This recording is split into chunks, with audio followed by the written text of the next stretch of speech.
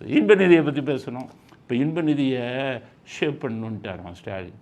என்னடா 10 தூங்குறான் அவன், அதனால் சும்மா இருக்கான், ஏதாச்சும் நான் போஸ்டர் கொடுக்குறேன் அப்படின்ட்டு கருணாநிதி டிவியில் போய் வேலைக்கு சேர்த்து விட்டாங்க. வேலைக்கு சேர்த்து விட்டு 10 மணிக்கே வரணுன்ட்டாங்க. அவர் அப்பாவின் வாரிசு, உதயநிதி வாரிசு. அவர் உதயநிதி 1 மணிக்கு தான் எழுந்திருப்பார், 12 1 மணி, நைட்டு 2.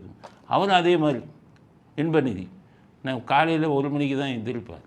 என்னப்பா என்னைய போய் 10 மணிக்கு போக சொல்கிறேன்னு. சரி வெளியே இதுக்காக சொல்கிறேன். 11 மணி கருணாநிதி டிவிக்கு போயிடணும், 6 மணி வரை நீ அங்கே தான் வேலை பார்க்கணும் அப்படின்னு. ஆனால் 11 மணிக்கு வர்றாரு அவர். அப்பா மாதிரி 2 மணிக்கு போகிறாரு கருணாநிதி டிவிக்கு.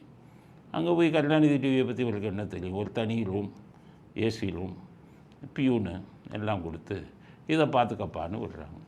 என்னுடைய பண்பான வேண்டுகோள் ஸ்டாலினுக்கு, அந்த டிவியிலே வச்சுக்கோங்க, நாட்டுக்கு கொண்டு வராதிங்க.